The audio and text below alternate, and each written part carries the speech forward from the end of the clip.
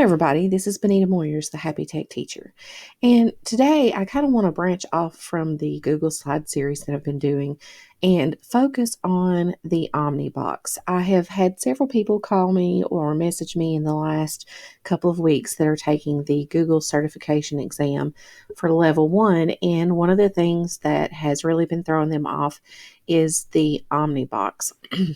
And how to use it. And I've briefly covered it in some of my sessions, but I haven't really gone into a lot of detail on that. But that is something that's really stressing a lot of people out. So I thought that warranted a video all by itself just to explain a little bit about the Omnibox and the different search features, because that is something that a lot of people are really not aware of. And they just call it the search box, and they don't even know what an Omnibox is. So the Omnibox really is just your Google search engine box. And this is a very, very powerful tool. It does so much more than just search for websites and things like that. So let's dive into that just a little bit. So I am just on my Google page. And I'm going to just go into Google.com right now to show you the main page with the really powerful part of the Omnibox. So if you go on here to the Google page, you're going to see that there's just the standard search, and then there's an I feel lucky, or I feel curious. So maybe you're just wanting to just kind of see what will pop up just in a standard search. This is sort of kind of like a random fact of the day kind of option where you can just sort of find out just something interesting that maybe you didn't already know about. But I did this because I wanted you to see the page that pops open. So when you have searched in the Omnibox, it's going to open up this that you've seen every time you've searched. You've seen where it gives you the option of seeing all the results.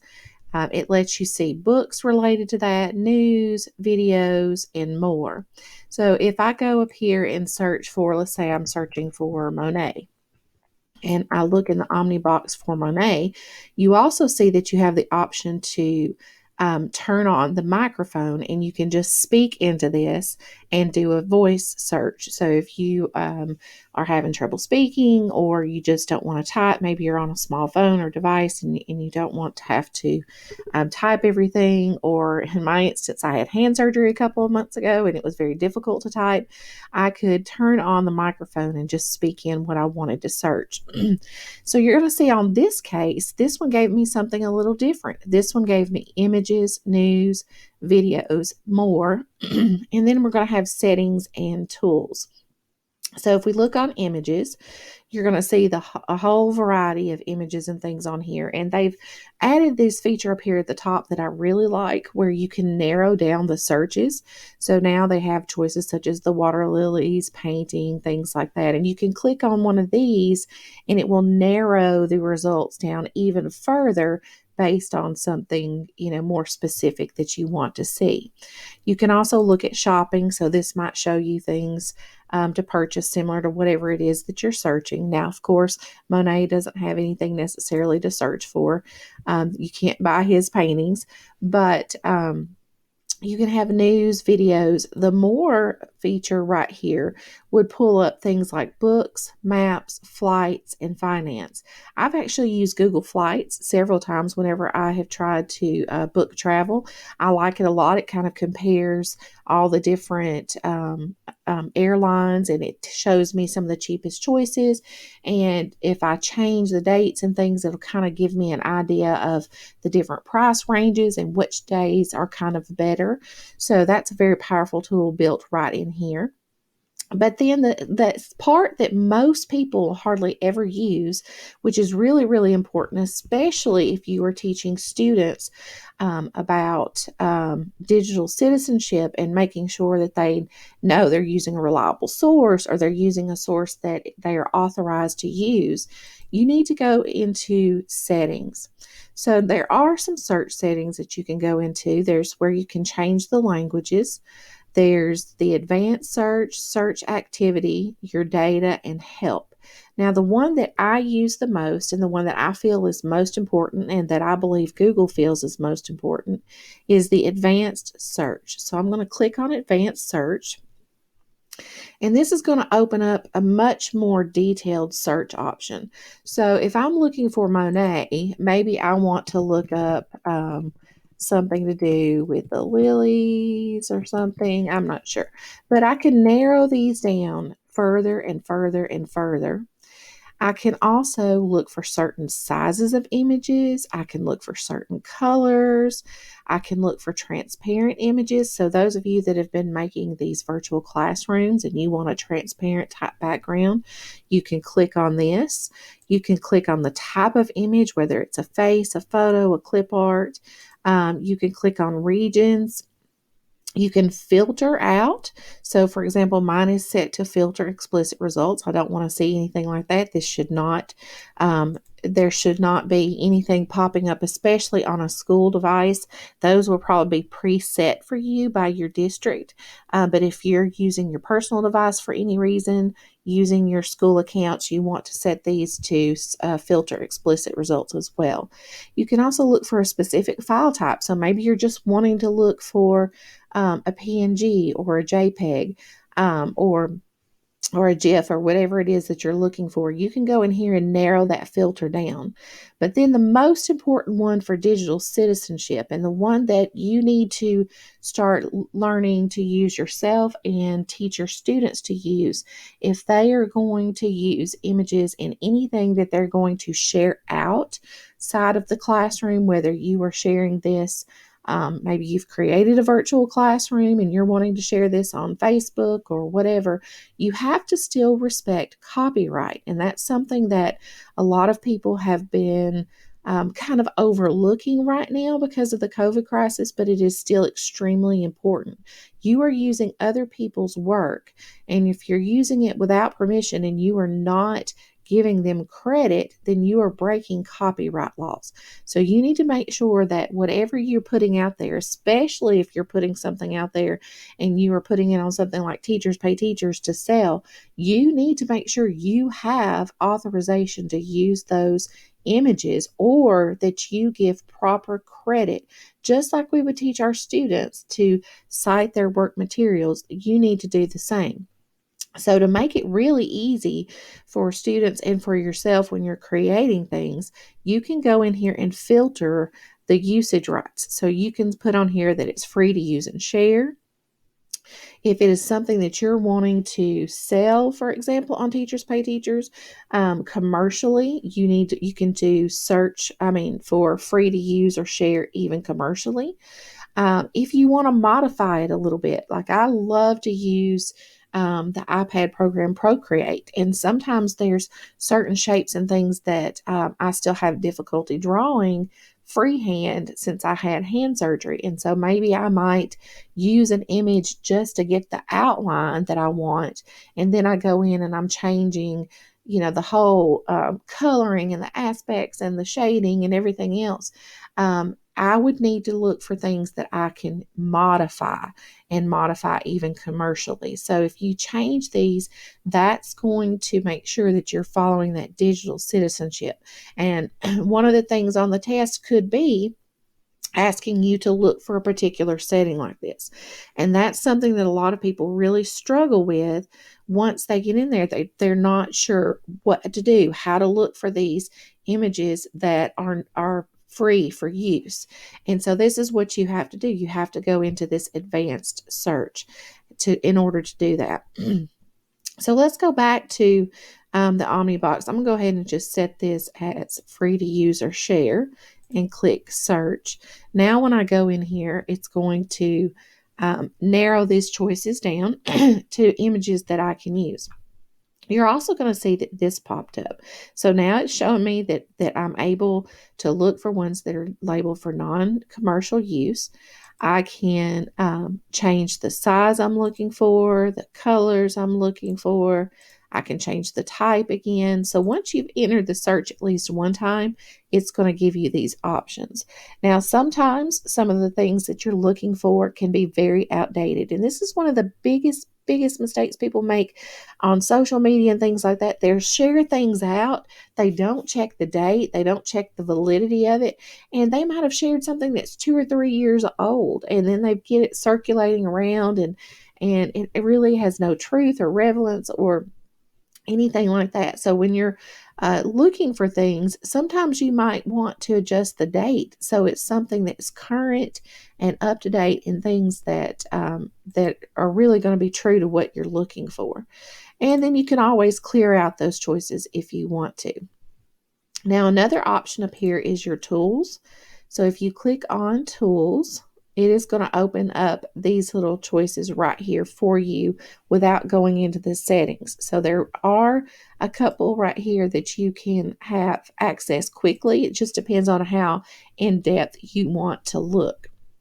I'm going to go back out now in the Omnibox that I've shown you just some of the features, and I want to show you some really cool Omnibox tools that a lot of people don't know about. So if I type in something like Google Dice, there are several probability tools and resources that are available in the Google Search Omnibox. They're built right in. The students don't have to go into any special program or anything. You can project this on your interactive boards, your touch panels, and things like that, and use these in class. So if you were in math class and you wanted to demonstrate to students, rolling some dice and some probability, they give you the choice of several different sided dice right here. And you can pick how many dice you want to roll, how many sides each of those should have, and then it's just interactive right there. So if I want to have 2 6-sided dice, I can just click on that and have 2 of them there. So I teach kindergarten, and one of the games that I teach once we start talking about addition is taking 2 dice, rolling them, and adding them together. Now, the dice in the classroom have dots so the students can count them and help them add, but the students need to start recognizing those dots to numbers and things too. So once they've progressed to numbers, I could project this up on the board. I can roll it. We could play a game, and the students could see how fast they can answer this question to me: what is 5 plus 1? Or we could do 5 minus 1. Or if you are in one of the upper grades, you could do 5 times 1, and you can roll this again and again. You can increase the difficulty by adding more dice to the game, making it a 3-numbered addition problem or multiplication, however it is you want to do that. But it's just a handy little tool. One of the biggest things that I heard during the COVID closures back in the spring was, well, I don't have any manipulatives at home. I don't have any resources. I don't have dice to play games or, whatever. And this is just one easy resource that you can give to your students without worrying, do they have dice at home to play this math game? They can go directly to the Google Dice in the Omnibox and play this. Now that we've at least opened up one, I want to show you the other resources they have down here. So if I click on this little expand arrow, now I can see the other choices that Google has right there in their Omnibox. They have, and probably my favorite one is the spinner. And so I number all of my students every year. Whatever in alphabetical order, I give them a number, 1, 2, 3, 4, 5, up until however many students I have. And, in the past, people have decorated those little popsicle sticks to draw numbers to see who should answer or who should go with what partner or whatever. Well, this is a quick way that you can go in and put in the number of students you have. So let's say I have 18 students. And then what I can do is I can spin. It landed on number 8. So I can say, okay, number 8, you're going to be partnered up with number 6, or that could be the number student that answers the question, or that can be the number of the problem on the board that you're going to answer. So you can make it like a Jeopardy game and have the questions numbered. And so this would say, okay, now we're going to go to question number 6. So there's even a fidget spinner on here. Now, this is not really relevant for education, but sometimes it's just satisfying to people that just need to see something mentally spinning around and playing with a fidget spinner. That's part of the spinner app right there. Another thing that's pretty neat is the flip a coin. So you can click on flip a coin and just do a plain coin toss. It takes a minute to prepare it. So you've got heads and tails. This one landed on heads. You can flip again. So this can work for probability as well. You also have, there's a new meditation and a metronome. My daughter is a music teacher and a flute player, and she teaches flute lessons, and she has a metronome, but there's always could be times that either her metronome's not working, or maybe she is out and about, didn't have it with her for some reason. So she could always go on here and turn on the metronome and adjust it. There is a new color picker section where you can pick on the color of something, and it will give you that color to use. And what a lot of people don't realize is colors have these little hex codes right here.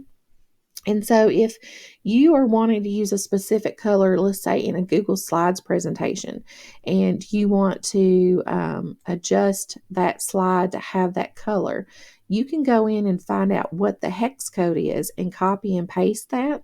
So when you go into, let's see, let's go up here into one of my, we'll go into one of my drawings I have right here. So when you go up here to adjust the color, if you've ever seen in the color choices that there will be a custom section down here. So when you click on the custom section, most people never even pay attention to what this box is. This hex code allows you to enter that in, and there is that custom color right there for you. So if you're trying to match something specifically, maybe there's a certain kind of picture that you put into one of your presentations, or you've seen it online and you just love that color, you want that color in your presentation, you can use the color picker to get the hex code, and then you can copy that and put that into the color program of whatever it is you're using. There are some, I actually have one that I had put on before I started, before they started putting it in the Omnibox. I do have one that is an extension for Google Chrome as well, but I found this is actually a little easier to use somewhat on here. And this button right here allows you to share out those things to Facebook or a link and Twitter and stuff like that. So you also have a handy dandy calculator right here. Now, a lot of students, if they're in the upper grades, need to use a scientific calculator, and those can be quite expensive. And sometimes you'll hear say, "Oh, I left my calculator at school. I couldn't do my homework," or I left my calculator at home and I'm at school and I can't do it. Well, Google has a scientific calculator built in here that they can use. Just a standard and a basic one right here, but that is there, that's available. If you just need a basic calculator real quick, you can pop that up on your board as well, and that will be there for you. Excuse me, I have had trouble talking today, but I want to get through with this presentation. So those are just a few of the different choices that you have here in the actual Google Omnibox and search page. Now, the next thing I want to talk about before we stop talking about the Omnibox is I want to talk about Google Scholar. So if it asks you to look for a scholarly article or one that you know that is research-based, Google Scholar is the search engine that has made sure that these are scholarly articles. They have valid resources, and it's something that you can use for research papers and things like that. And what's really awesome about it is if you are signed in, you have a library that you can add some of these files to your library and go back and visit again. It lets you narrow down to what time frame you want these articles to have been written. You can change the relevance date. You can sort it by the date, or you can sort it by relevance or by the date. If there are citations on there, you can have that included as well, and I do recommend doing that, because here's what's awesome. So when your students are writing a paper, you've told them to cite them, correct? So if they go to this little quote button, this is going to help them with a citation. They're not going to have to figure out, okay, is it MLA? Is it APA? does this go here? Does this go there? It can be so confusing because these things change. And sometimes, especially if the purpose is more about the content of the paper and not so much about how to write these citations. If you've already covered how to write citations, and you're really wanting them to just focus on writing the content of the research, they can go in here and copy this citation and put that into their document. This works great for you teachers too that are going back, and maybe you're getting your master's or your doctorate degree, and you've got tons and tons of citations you've got to do.